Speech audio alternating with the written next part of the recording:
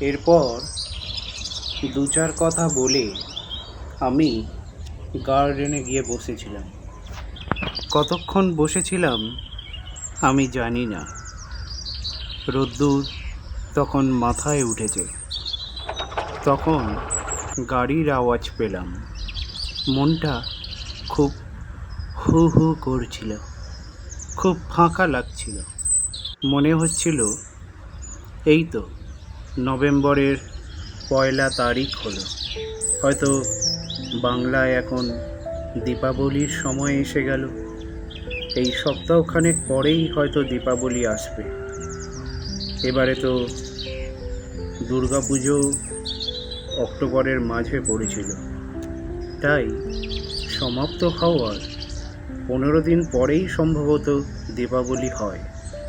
হিসাব করে দেখছিলাম, ভাবছিলাম এবারে আর বারোয়ারি কালী পুজোটাও দেখা হলো না, এবং বারোয়ারি দুর্গা পুজো তো অবশ্যই মিস করলাম।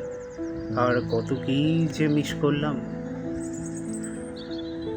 বহুদিন ময়রার দোকানে সেই ঘিয়ে ভাজা লুচি খাওয়া হয়নি, এবং জিলাপি, আরও কত রকম মিষ্টি কি দারুণ নাই করে।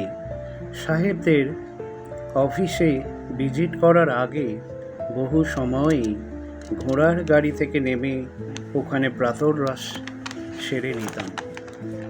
তা বেশ ছিল জীবনটা।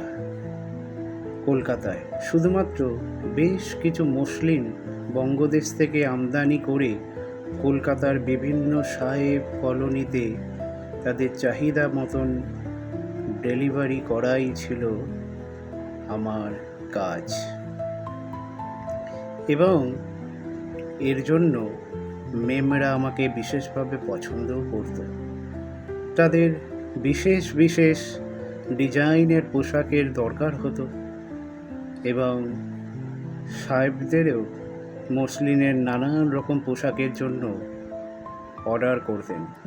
শুধু মসলিন কেন, অন্যান্য পোশাকও বানিয়ে দেওয়ার জন্য বা কালেকশন করে আনিয়ে দেওয়ার জন্য বিশেষ করে আর্জি করতেন, বারবার ডাক পাঠাতেন। এবং আমার বন্ধু অ্যান্ড্রিউ আমার সঙ্গে ব্যবসায় জড়িয়ে পড়েছিলেন। ওর কানেকশানে তো আরও বেশি সহজ হয়ে গেছিল। এখানে বেশ কিছু পর্তুগিজ ছিল দেশে, বিশেষ করে তাদেরকেই এই ক্লোথসগুলো ডেলিভার করতাম ব্রিটিশদের থেকে বেশি।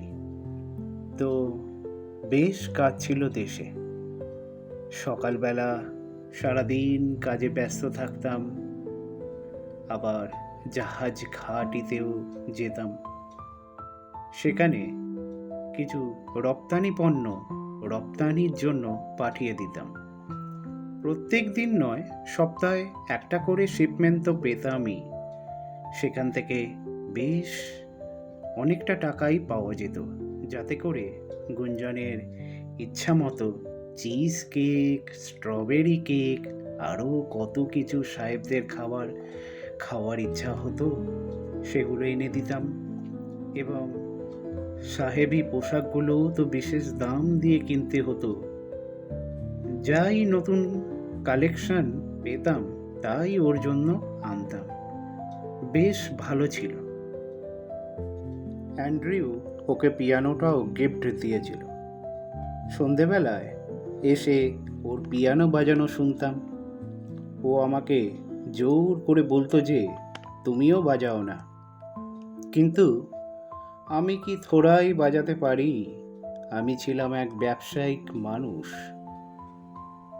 তা ও অ্যান্ড্রিউয়ের চাপে পড়ে কখনো কখনো প্র্যাকটিসও করে নিতাম। তা বেশ ছিল আমাদের এই সম্পর্কগুলো।